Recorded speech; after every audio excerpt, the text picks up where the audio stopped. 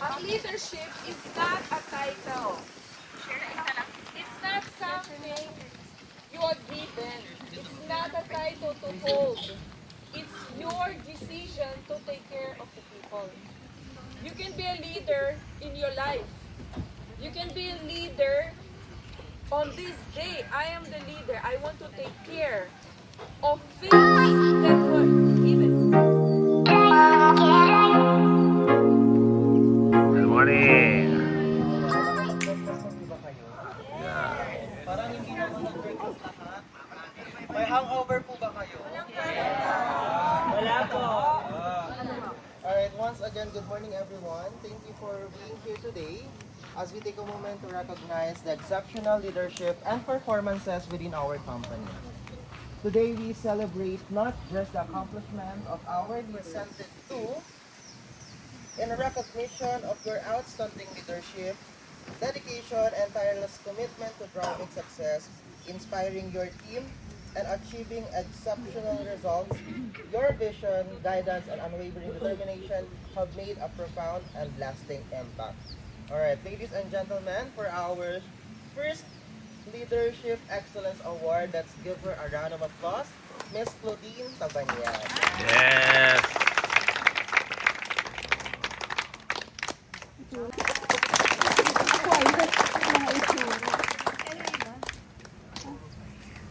Ma'am Nina Dalubatan.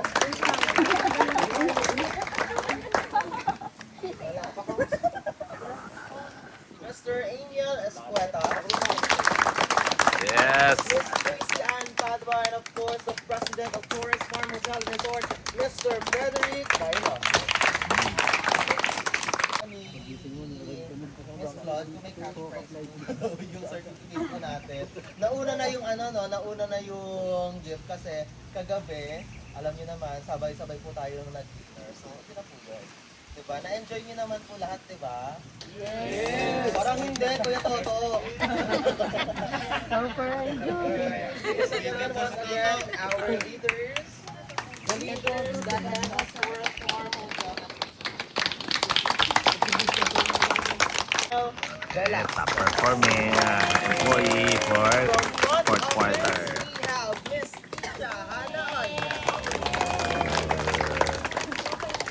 Mr. Jandal Anshoho, Miss Syra Suarez, our very own Jobert Quizon,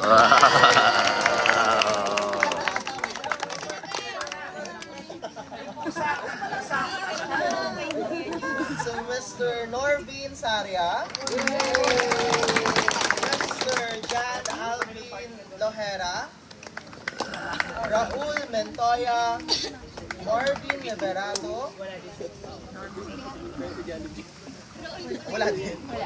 Marvin Liberato, Mr. Leo Granados, and Maya Nicole Campo. Yes. So again, good morning everyone. Good morning po. May kulang po sa atin o talagang si Chris at si Jessica lang yung hindi nakakita. Si Adi. Alright. So, ang tanong, nag-enjoy ba kayo ngayon dito sa Boracay? Yes, sir! Oo, di ba? Sino yung nakarating na sa Boracay bago tayo pumunta dito? Alam ko si Jom, si Claudine, 3, 4, 5. So, 5 out of sa 59 natin. So, 5 ang nakarating na. Magandang ratio. Ang tanong ko lang din, ano yung kung papipili kayo, ano yung pinakamagandang na ano nyo dito sa Boracay? Experience. Mag-ano ako, mag-ano ako. Carlito, ano yung pinaka-ano mo dito na parang, wow, ito na yung Boracay. Yung pag-inom sa bangka, sir. Mag-inom sa bangka. Parang naman nagagawa yan sa ibang lugar. Ganda eh. Sama ba lang, sir? Okay, Sa bangka, hindi. Okay. Ikaw yan. Ano yung naging memorable sa'yo dito sa Boracay? Yung atom ka dyan. Actually, first of all po, I would like to say thank you very much po kasi ang daming first time po na nangyari sa akin dito. First time ko po nakasakay ng plane. Actually, yes po, ang dami po talaga, ang daming first time. Pero yung naging memorable po sa akin is yung nakapag-island hopping naman ako before, pero yung island hopping na sobrang saya kasi marami ka pong kasama. Kaya sobrang nakaka-enjoy yung band po kasama ko. Okay. Ano yan? Joey, ano yung pinaka-memorable mo dito?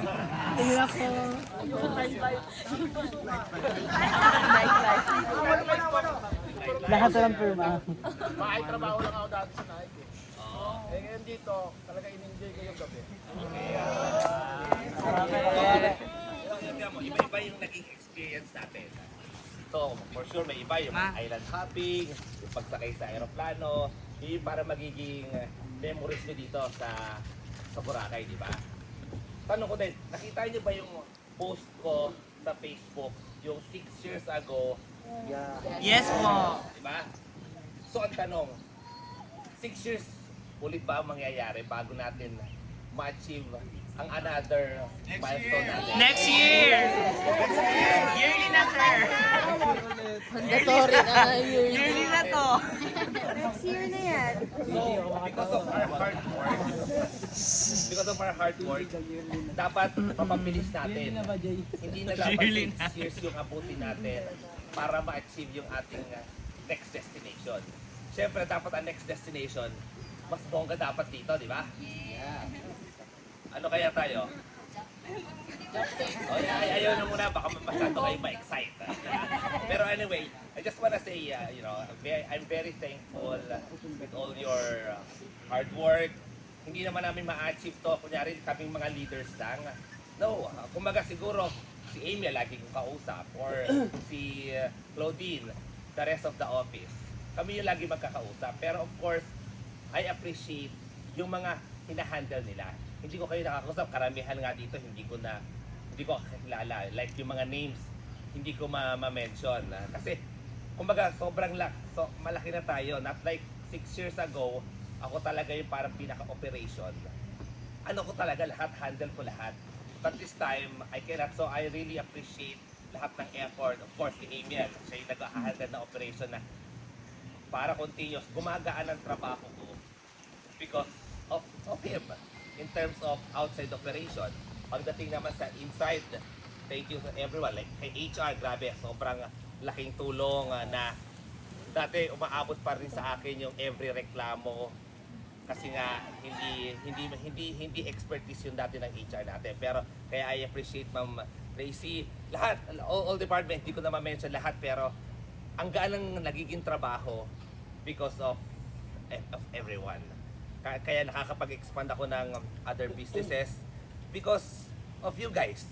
Kung hindi kayo, siguro hindi ako makakapag-start ng another business. So, I really appreciate all your effort. Kung hindi ko man masabi sa inyo in person, but yes, thank you. So, hopefully, itong dala ko dito sa inyo sa Boracay, kahit papaano, nakapagbalik ako ng kahit konti. Sobra, sir. Yes.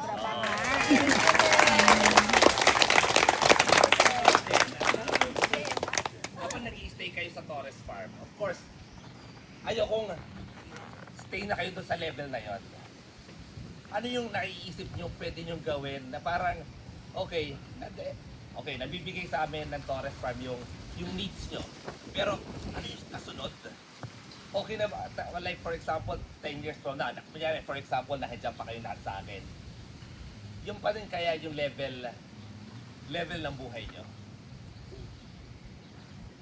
Di ba, siguro nakikita nyo naman, yung iba nagkakaroon ng opportunity. Baka iniisip nyo, bakit si ganito lang nagkaka-opportunity? Bakit bakit ako hindi mabigyan ng opportunity? Di ba? So yun ang gusto ko rin isip. Nakikita nyo naman ako everyday nasa Hawaiian Cafe ako, di ba? So, very open na makalapit kayo sa akin. Baka meron kasi kayong mga gustong masabi or baka, sir, meron akong nandun ako. Kumbaga, yun yung parang binibigyan ko kayo ng chansang makalapit sa akin at baka doon magkaroon kayo ng idea na gusto nyo na mapagbigyan ko. Gets nyo? Kasi alam ko may iba na naiilang. Kaya nga, sabi ko nga, sa Hawaiian Cafe ako, hindi ako nagpupunta sa opisina kasi sa opisina masyadong formal. Kaya pag sa Hawaiian Cafe, parang chill lang. Hindi kayo na parang boss, empleyado. Pag nasa opisina ako, talagang yun, boss sa empleyado kasi nakaupo ako sa malaking desk. Papasok kayo sa opisina ko. Pero di ba sa Hawaiian Cafe, parehas lang tayo ng upuan. Kumbaga hindi, yun ang ginagawa ko para hindi kayo mailang. Kaya kung, for example, may mga problem kayo or may meron kayong i-cite lang natin na sample, si Master, di ba? Kumbaga, tagal niya na sa akin 9 years, pero meron pala siyang kinikimkim na hindi niya masabi. So kung ako hindi manong employer, pwede ko na siyang i-get rid. Kumbaga, may bata naman na papalit sa kanya. Pero syempre, hindi pwedeng ganon, hindi pwedeng, okay, ano ka na, masyado na mataas ang bigay ko sa'yo, teka, pasok na lang na mas bata. Kumbaga, ayoko mangyari dito sa atin na pwede na kayo, para kumbaga labas-pasok na lang yung empleyado sa akin. So, kung kaya ko kayong i-keep for the long time, why not, diba? O yun nga lang, sabi ko, wag lang gagawa ng kalokohan para hindi masyado ni Ma'am Tracy. Kasi ayoko ding napirma ng mga kailangan, pero that's her job. Hindi pwedeng i-tolerate natin. Kaya pag nagsabi sa akin si Ma'am Tracy, sir, ito po problema, ina-analyze ko din naman muna bago ko. Kaya alam ko may mga activities pa tayo. So ika-card short ko na lang din. But anyway, again, I wanna say thank you everyone. Dahil ang Torres Farm ay Torres Farm because hindi dahil sa akin. It's because of all of you guys. So lahat kayo may contribution bakit si Torres Farm ay Torres Farm. Okay, thank you so much. Thank you. May pag-game si Mrs. Dinivide kami sa 1 and 2. Baka sentiment na sa atin doon. Okay, guys. Okay. First game, bawal kausap. Bawal kausap. You can do gestures, you can do whatever you want, pero bawal kausap. So, sarado, okay? Sino magsalita, baksak. Ekis na, okay? Simple game na yon. Arrange yourself. Okay. First, okay. Walang trial. Agad yung laro. Arrange yourself from 0 to pataas. How many years and months nagtrabaho kayo sa Torres Farm? Walang kausap. Go!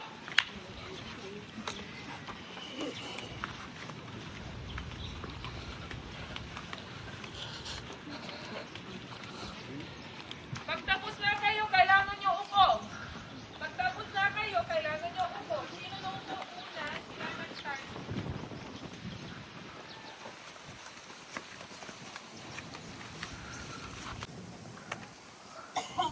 Okay, team 10 months.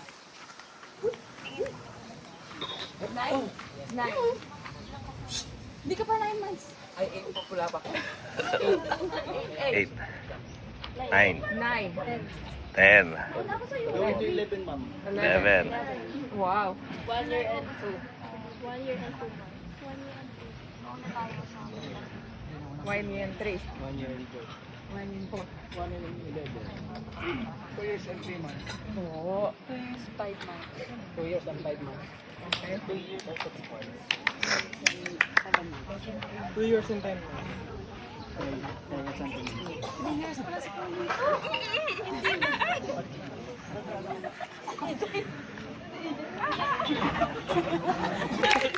Yes, 1 point. 1 point. 1 point. 1 point. 1 point. Okay.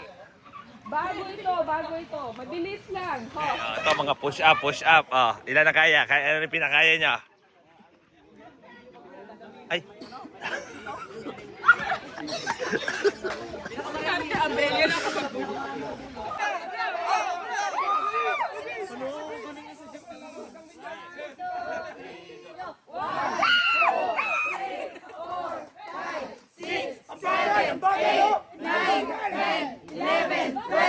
Thirteen, 14, 15, 16, 17, 18, 19, 20, 23, 24, 25, 26, 27, 28, 29, 30, 31, 32, 33, 34, 35,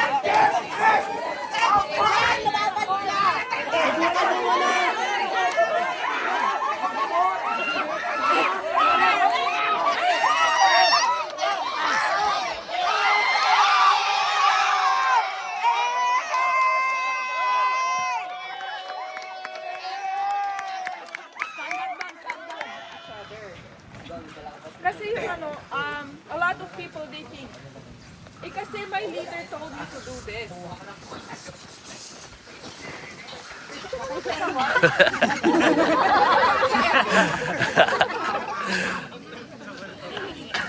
Okay, wait. Listen, guys. Leadership is not a title. It's not something you are given. It's not a title to hold. It's your decision to take care of the people. You can be a leader in your life. You can be a leader on this day. I am the leader. I want to take care of things that were given to me. So what I want you guys to understand, that for you guys to progress in anything, in your life, in your job, you have to become a leader of everything that you do. On this day, I want you guys to make a decision. Are you a leader of your life? Are you a leader of your family? Are you a leader in your job? Yes. Okay, everybody has a hawak ng paper. Gawin tayo ng exercise. 2024 is over. You cannot bring it back. Can you write down? Need to more health conscious. Ito na. Sa weakness siya. Need to do list for the timeline of the projects. Every project, so kailangan may timeline. And then, need to overcome public speaking. Like, parang short hosting or any ano. So, need to overcome po. And then, Parang gano'n. Kaya minsan, kahit natatapos yung class ko, parang kulang pa din, may mali pa din kasi nilagay na lang sa kasi konti na lang yung time na ano. So hindi siya healthy. Parang overthinking din na yan ko. Parang hindi Kaya. Kaya. Oh, save more than I could and half a million savings this year. Kaya, half a million savings. Kaya. And,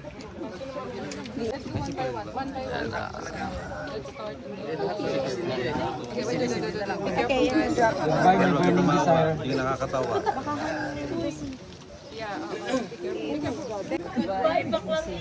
Goodbye, baklang. Magpapakalalaki na ako.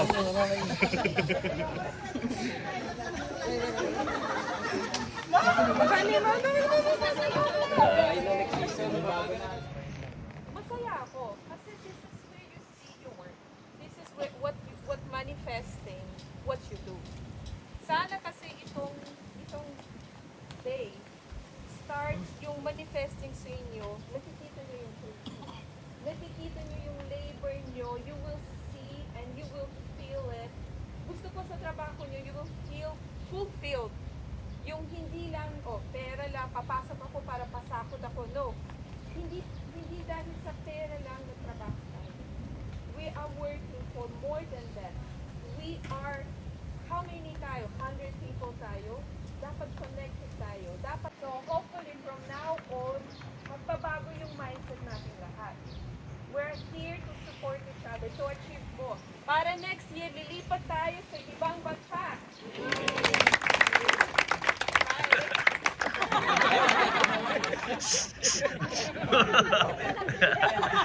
Delikado ako dito. Ma'am Tere, ano, start natin. Kalpasa to.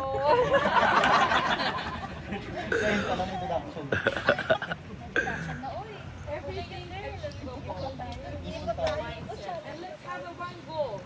One goal as a one team. So, let's go guys. Let's have fun. Okay guys, so we checked out and kain muna kami ng lunch para pagdating namin sa airport, we're good kasi ano tayo, 3 o'clock ang ating flight. Yeah, so lunch muna kami dito sa Lemon Cafe. Okay. So, as the moment po, ma'am, ready na lang po tayo. Punta na lang po tayo doon po sa kabila, Sir DPI, para ko magka-dispatch ako.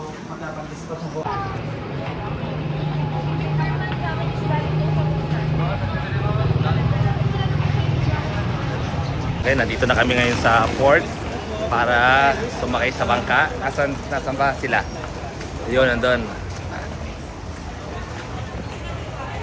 Okay, sasakay na ulit kami sa bangka puntang airport.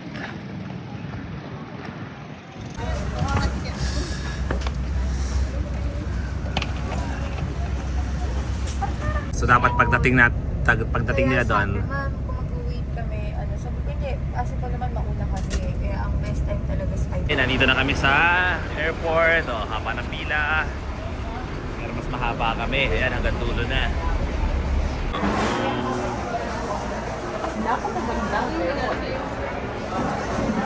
Ito ang sitwasyon namin. O, ngayon siksikan, hindi kami makapag-check-in. Okay, so ang ginawa namin, pinicturean namin yung namin, tapos tumiretso na kami. So hindi na namin pina-measure yung bag namin. Diyan, o, yan, o, katulad yan, picture, tapos diretso na. Malinaw na po ha, yung QR po yung mahalaga. Finally, we're here. Hanap na lang kami ng upuan. Ano? Okay.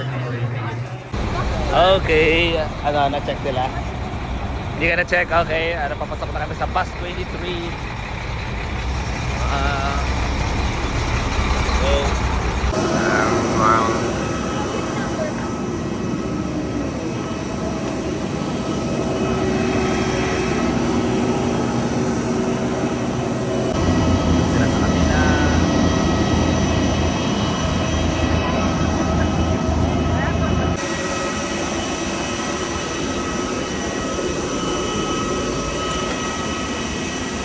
Yeah, para makapag-video ako.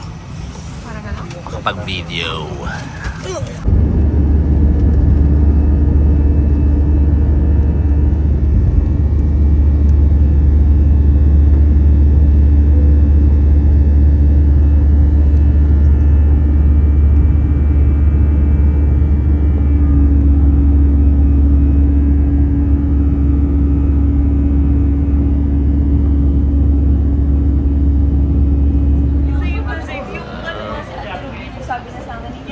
Oh, mga bakasyonista, oh. Lopez. Totoo, bakasyonista ang dating, oh.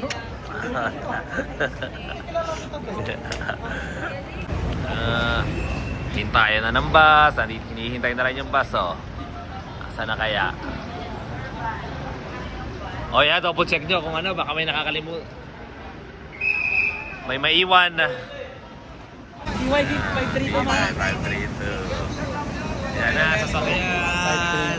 Yan na. Pauwi na.